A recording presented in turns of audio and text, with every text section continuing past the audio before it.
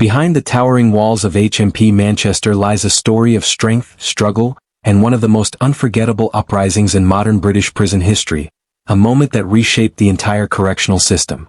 HMP Manchester, historically and popularly known as Strangeways, stands as one of the most recognized and discussed prisons in the United Kingdom.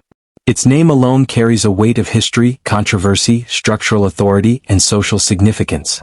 Established in 1868, the prison was built during a period when the Victorian justice system was undergoing major transformations, and the architecture, rules, and overall philosophy of the facility reflected the strict values of that era. The goal was clear: create a highly secure environment capable of imposing discipline, order, and correction, while separating individuals from wider society. Over time, the prison evolved far beyond its original purpose, becoming a symbol of both control and reform in the British penal system. The location of HMP Manchester in the heart of the city makes it unique. Unlike many modern high-security prisons positioned far from urban centers, Strangeways rises right within Manchester, its enormous walls and towering ventilation chimney visible from surrounding neighborhoods. This proximity has contributed to its recognition and its influence on public perception. For more than a century, residents have walked past those heavy stone walls knowing what they contained: stories of struggle, discipline, rehabilitation, and sometimes unrest. The prison has therefore become interwoven with the identity of Manchester itself. The architectural design of the prison is one of its defining characteristics. Built in the Victorian radial style, it was designed with long wings stretching out from a central hub, allowing guards to watch multiple corridors from a single vantage point. This layout was meant to maximize control while limiting communication between prisoners, reflecting the strict principles of silence and isolation that were prominent during the 19th century. High ceilings, narrow windows, and thick stonework created an atmosphere of power and authority. The massive rotunda, the central point of the prison, became one of the most recognizable features of Strangeways, representing its commitment to order and surveillance. Within these walls, the prison housed individuals under Category A security, meaning the inmates were among the most high-risk or difficult to manage in the country.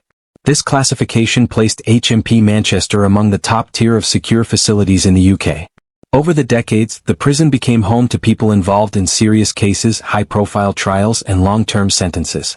Its role in holding such individuals increased its reputation for strength, resilience, and tight control. As a high-security institution, Strangeways had to constantly maintain strict procedures, from cell checks to movement protocols, ensuring both safety inside and security against any form of escape or disorder. However, a place as historic and heavily used as HMP Manchester also faced challenges. By the late 20th century, overcrowding and outdated infrastructure became serious concerns. The Victorian design, while effective in the past, struggled to meet modern expectations of space, sanitation, ventilation, and humane living conditions. Cells originally designed for one person often held two. Facilities that once served a smaller population now had to manage far more. These issues became part of everyday life inside the prison, shaping the experiences of both staff and inmates. The tension created by these conditions contributed to internal stress, pressure, and frustration, factors that later played a significant role in major events associated with Strangeways. Despite its difficulties, HMP Manchester remained a crucial part of the UK's correctional system. It served not just as a place of confinement but also as a centre for processing individuals newly entering the system from Manchester courts. This meant the prison had a diverse population, with inmates at different stages of their sentences and different classifications. Managing such a population required careful coordination, skilled staff, and strong leadership. Over the years, the prison developed programs focused on education, behavior improvement, and reintegration, recognizing that correction involved more than confinement. Culturally and historically, Strangeways became more than just a prison. It became a reference point in discussions about justice, incarceration, and institutional reform in the UK. Its name frequently appeared in media reports, documentaries, books, and public debates. Because it has been operating for more than 150 years, the prison has witnessed changes in laws, shifts in social attitudes, and transitions in how the country manages punishment and rehabilitation. In many ways, the prison stands as a living timeline of British corrections, carrying the marks of each era within its structure and practices. Even its nickname, Strangeways, holds significance.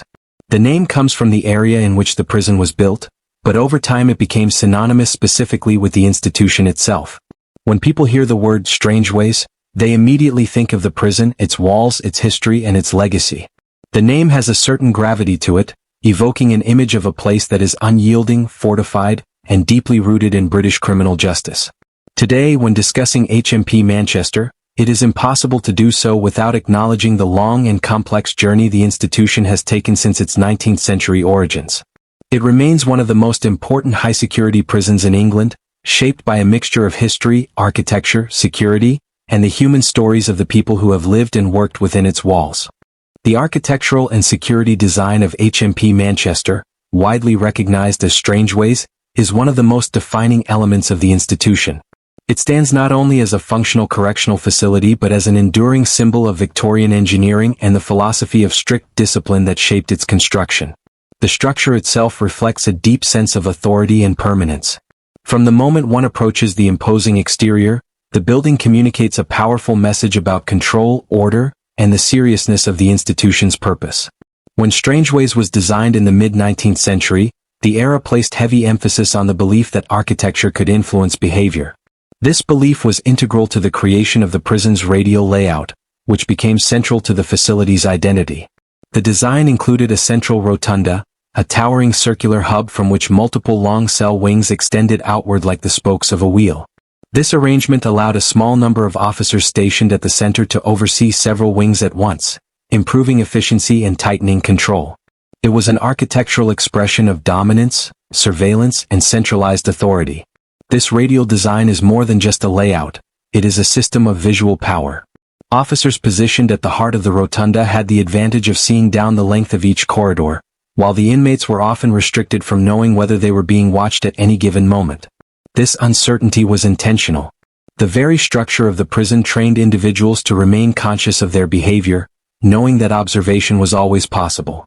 It was an early form of design used to shape conduct, an architectural tool for psychological discipline. The thick, high stone walls that surround HMP Manchester further reinforce this sense of controlled confinement.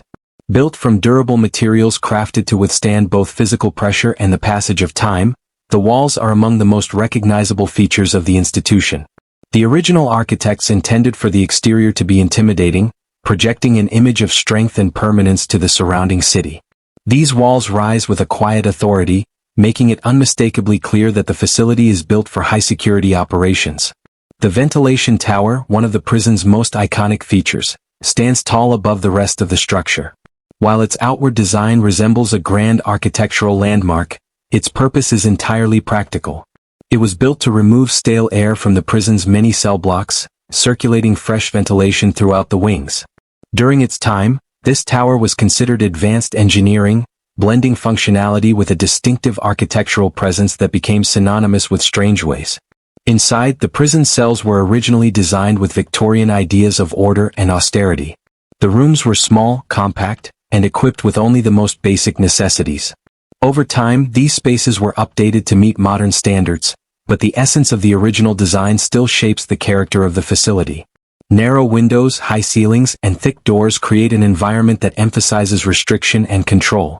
While contemporary renovations have improved certain aspects, such as lighting, safety equipment, and sanitation, the overall structure remains rooted in its historic origin. The security systems at HMP Manchester have evolved significantly over the decades. As a Category A high-security prison, the facility has been required to maintain exceptionally strict standards. Modern upgrades include advanced surveillance technology, reinforced doors, secure perimeters, and alarmed zones that detect unauthorized movement. While the Victorian architects relied heavily on physical barriers and strategic design, modern engineers have integrated digital systems that enhance monitoring and response capability. Security at Strangeways is built on multiple layers. The first layer is the architecture itself, the walls, the gates, and the layout of the wings. The second layer is the operation of the prison, controlled movement schedules, detailed protocols, and constant supervision. The third layer consists of technological enhancements, including cameras placed strategically throughout the facility, improved communication systems for officers, and advanced locking mechanisms designed to withstand tampering. One of the most important aspects of the prison's security design is its emphasis on segregation and controlled flow. The radial wings allow the facility to isolate different populations when necessary, limiting contact between groups. This structure helps manage individuals who require separate supervision for safety, legal, or behavioral reasons. The design also simplifies lockdown procedures, as each wing can be sealed independently without compromising the entire prison's operation. The architecture also includes areas dedicated to workshops, healthcare services, education, and administrative functions. These spaces are strategically placed to maintain security while still supporting programs intended for rehabilitation and daily operations. Movement between units is carefully regulated through gates, checkpoints, and supervised corridors, ensuring that transitions are safe and structured. Even after major renovations following the events of 1990, the prison retains its core architectural identity. The restoration work strengthened the structure, replaced outdated materials, and introduced modern safety measures while preserving the historical framework that makes Strangeways so distinct. The prison today is a blend of Victorian engineering and 21st century security science, each layer adding to the complexity and resilience of the institution. The result is a facility where architecture and security are deeply intertwined, where the design shapes the experience, reinforces control, and reflects a long history of managing some of the most challenging individuals in the country. The 1990 Strangeways riot is one of the most defining events in the history of HMP Manchester and, more broadly, the British prison system. To understand why it occurred, it is essential to explore the conditions, tensions, and long-standing issues that had gradually built up over many years within the institution. The riot did not emerge from a single spark alone. Rather, it unfolded as the result of a deep accumulation of concerns, frustrations, and systemic pressure inside the walls of a prison that had been struggling under outdated conditions for far too long. By the late 1980s, HMP Manchester was facing serious problems, many of which stemmed from its age. The prison, built in 1868, was never designed to accommodate the rising number of inmates brought into the system over the following century. Overcrowding had become a significant issue. Cells originally intended for one person were frequently occupied by two, and sometimes more. These overcrowded spaces created environments with limited privacy, insufficient ventilation, and poor sanitation. Individuals were spending long hours in the same confined areas, often locked up for extended periods due to staff shortages or administrative delays. Overcrowding not only created discomfort, it fostered tension, frustration, and a sense of neglect. In addition to these structural concerns, the daily routines and regulations of the prison were often described as harsh and restrictive. Long periods of confinement meant individuals had limited access to exercise, fresh air, or purposeful activity. Time out of the cell was minimal, and recreational or educational opportunities did not meet the needs of the population. The pressure of being locked in cramped cells for most of the day contributed to rising stress levels and a feeling of being trapped in an environment that was not designed for rehabilitation or even basic comfort. Another key issue was sanitation. The practice of slopping out, where inmates had to empty their waste manually due to a lack of in-cell toilets, remained in place long after other institutions had updated their facilities. This ritual was physically uncomfortable, undignified, and emotionally draining. Performing such tasks in overcrowded cells intensified feelings of degradation and resentment. Over time, such conditions contributed not only to physical discomfort but to a profound sense of neglect and powerlessness. Communication between inmates and staff was also strained. At the time, relationships between the two groups were often described as tense and rigid. Many individuals felt that their concerns were not being heard or addressed. Complaints about conditions, treatment, or overcrowding frequently went unresolved, leading to a buildup of frustration. While many officers worked under difficult conditions and with limited resources, the imbalance of communication meant that issues could remain unaddressed for years, creating a widening gap between those living inside the prison and those enforcing its rules. Religious services, which were one of the few opportunities for inmates to gather in a more relaxed setting, were also affected by the underlying tension. The chapel services were moments where many individuals felt a temporary sense of relief, community, or normality. However, even these gatherings sometimes carried an undercurrent of frustration, as they were among the rare times large groups of inmates could be together without the usual strict physical barriers or divisions. All of these issues formed a backdrop of chronic stress and dissatisfaction. Still, it is important to understand that the conditions did not automatically lead to unrest. Rather, they created an environment where even small triggers could potentially turn into major events. Many individuals inside the prison had long been discussing the need for changes, improvements, and reforms, but without meaningful progress, the pressure continued to rise. In the months leading up to April 1990, the situation grew more volatile. Concerns about living conditions were becoming more openly voiced, and even outside observers had begun noting the severe overcrowding and outdated facilities. The atmosphere inside the prison was increasingly unstable, marked by a sharp contrast between the strict order expected by the institution and the daily struggles faced by those living within its walls. Officers were also working under stress, facing overcrowded wings and an environment that was becoming harder to manage with the traditional approaches. On April 1, 1990, during what began as a routine Sunday morning service in the prison chapel, the rising tension finally reached its breaking point. The chapel provided a rare moment of reduced supervision and a gathering of many individuals in one place. While the exact moment that triggered the disturbance can be described in various ways, it is clear that the underlying causes had been building for years. The gathering acted as the place where all the frustration, stress, and unresolved concerns that had accumulated over decades found an outlet. The event that unfolded next was not a spontaneous or isolated incident but the culmination of long-standing structural problems.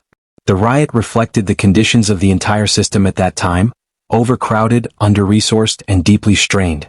Its origins, rooted in years of pressure, highlighted the urgent need to address the fundamental issues that had persisted for far too long within HMP Manchester and many other facilities across the country. The 1990 Strangeways riot became one of the most extraordinary and historically significant events in the history of British prisons, not only because it erupted with sudden force but because of the astonishing scale it reached and the unprecedented length of time it continued. What began as a disruption during a Sunday morning chapel service quickly escalated into a full-scale takeover of entire wings, spreading through the prison with a momentum that neither staff nor authorities were fully prepared to confront. The sheer duration, 25 consecutive days, turned it into the longest prison disturbance in modern UK history, far surpassing every event before it and setting a benchmark that has never been repeated since. In the earliest hours of the disturbance, the situation shifted rapidly. Once individuals moved out of the chapel and gained access to the prison wings, the scale widened almost instantly. Doors were forced open, keys were seized, and access to corridors allowed the unrest to spread through multiple blocks. Within a short period, parts of the prison that were usually tightly controlled became chaotic, with groups moving from area to area as staff retreated for their own safety.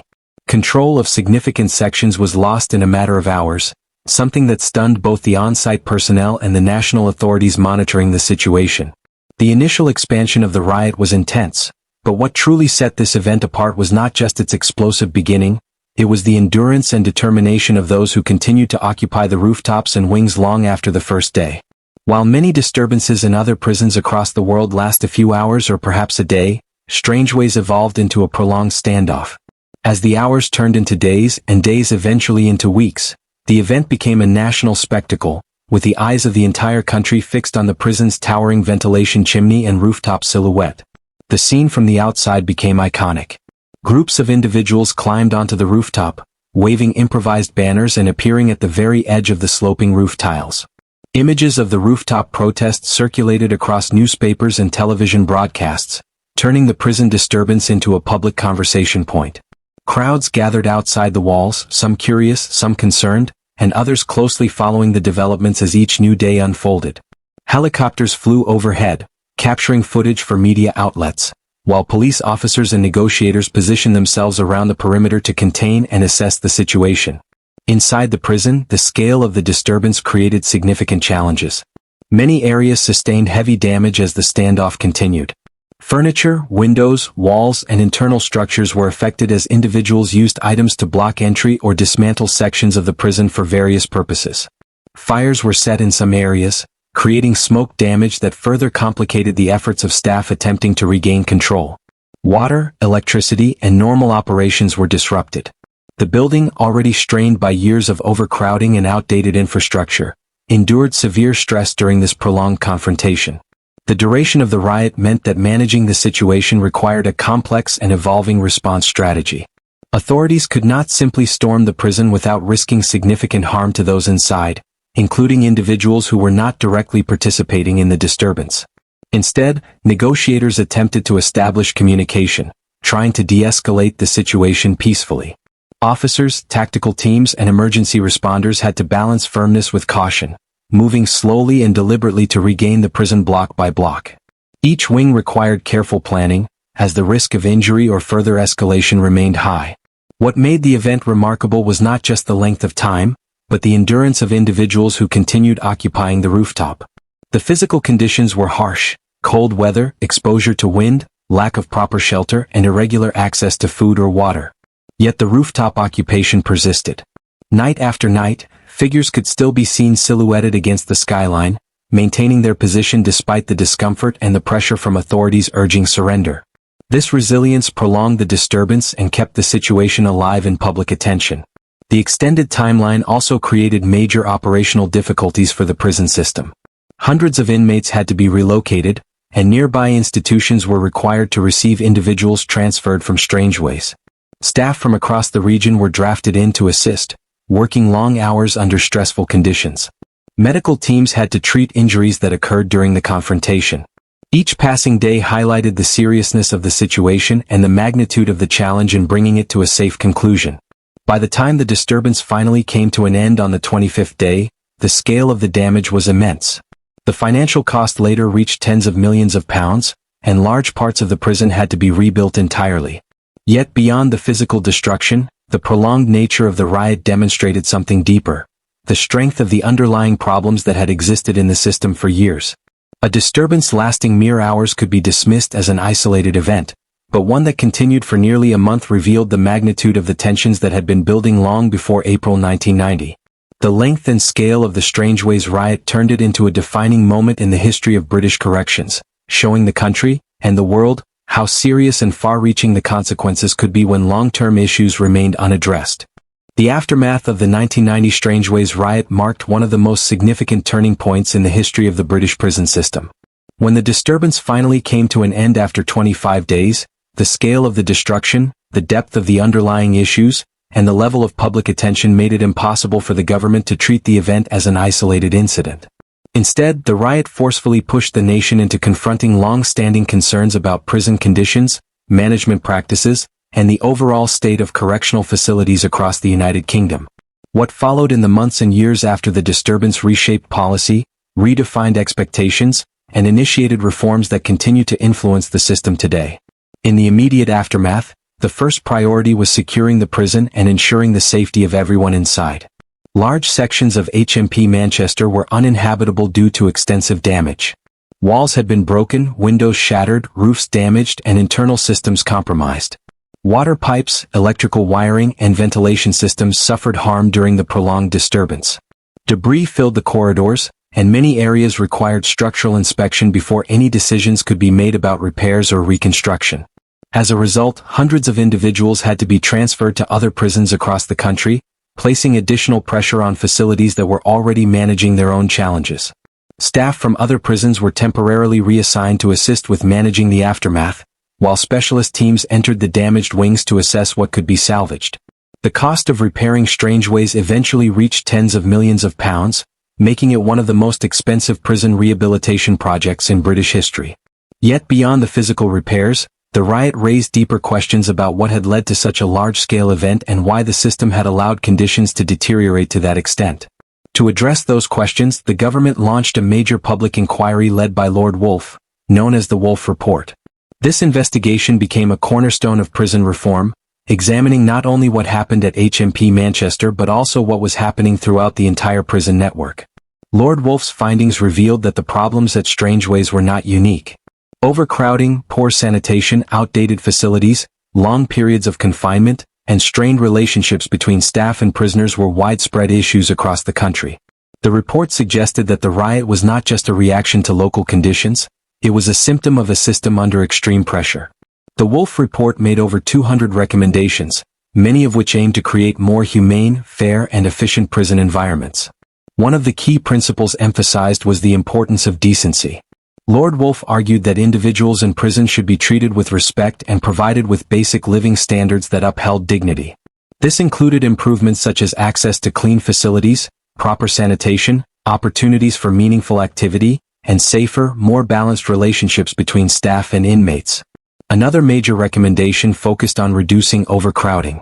The report highlighted that packing too many individuals into outdated facilities created tension, compromised safety, and undermined the ability to carry out rehabilitation programs. Reducing overcrowding required both infrastructure investment and strategic planning, including better distribution across the prison estate and the construction of new, modern facilities. Security and communication were also central themes.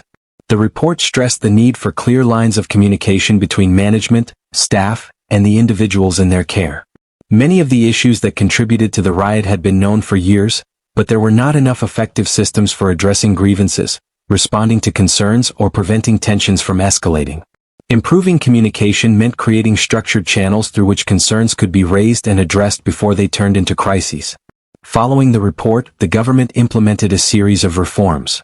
Many prisons installed in-cell toilets, reducing reliance on the outdated practice of slopping out. Educational programs, training opportunities, and daily routines were expanded to create more structure and purpose. Staff training became more focused on communication, conflict prevention, and professional development. New buildings were constructed to replace old, overcrowded wings, and many facilities saw major upgrades in infrastructure, safety, and technology. For HMP Manchester itself, the aftermath represented an opportunity for complete transformation. Entire sections of the prison underwent reconstruction. The new design incorporated improved living spaces, updated security systems, and modern facilities better suited for a high-security Category A environment. While the historical exterior remained, much of the internal structure reflected modern standards focused on safety, functionality, and regulated movement. The long-term consequences of the riot extended far beyond the physical changes. The event shifted national thinking about what prisons should be. It created a more serious conversation about rehabilitation, humane treatment, and the balance between security and dignity. The Wolf Report became a reference point for future debates, legislation, and inspections. It influenced not only operations within the UK but also discussions in other countries examining their own correctional systems. Over time, the Strangeways riot became widely studied by criminologists, policymakers, and historians.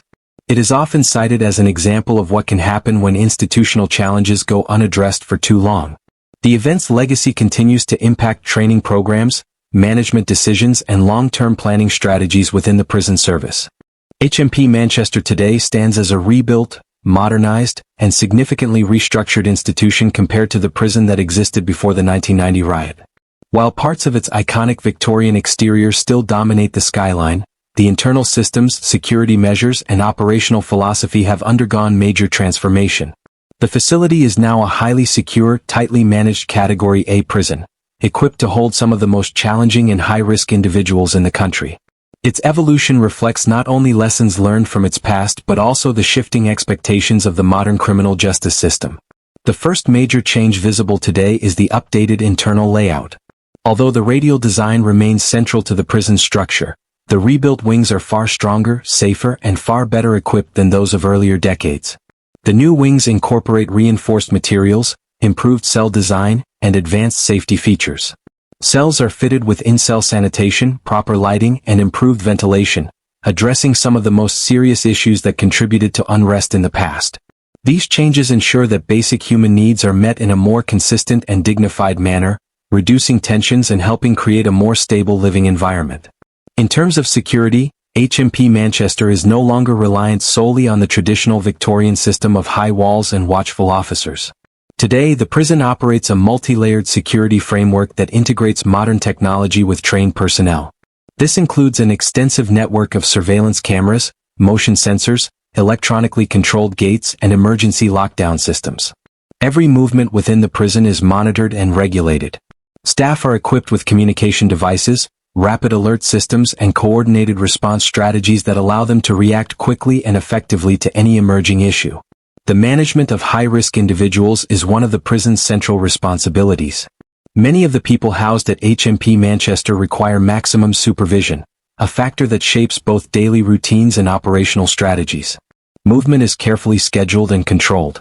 Individuals are escorted during transfers, and each unit follows strict procedures designed to minimize risk.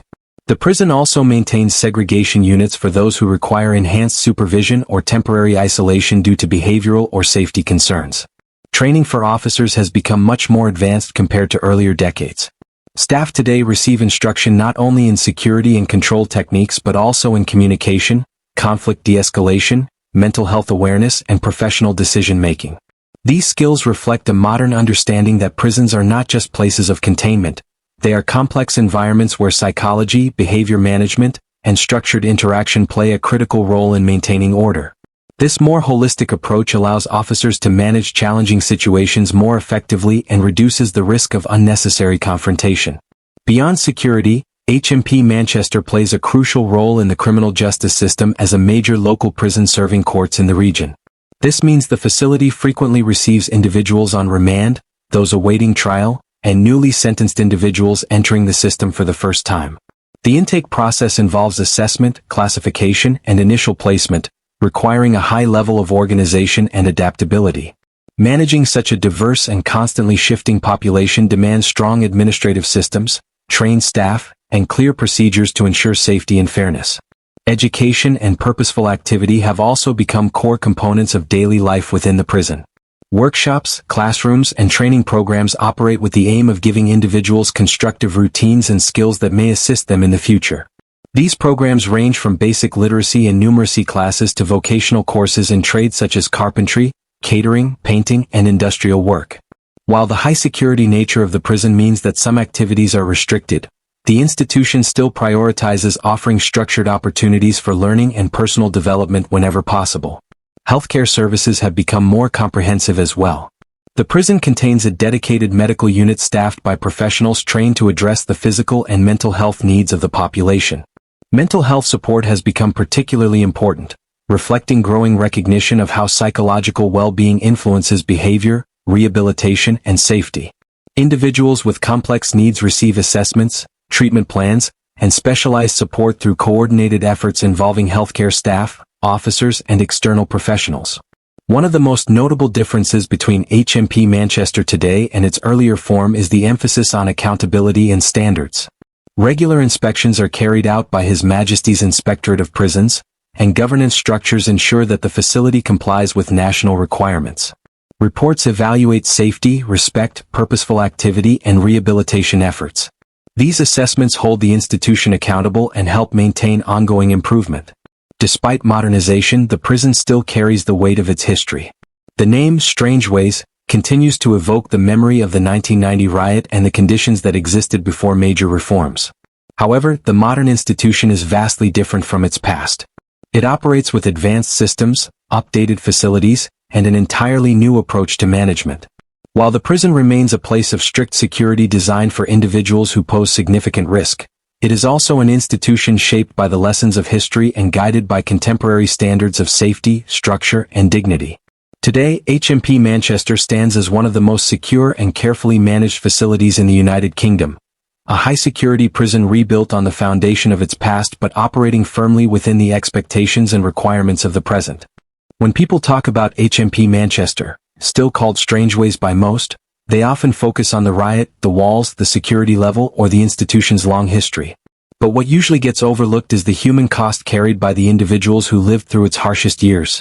The inmates, the officers, the staff, and even the families waiting outside, unsure of what tomorrow would bring.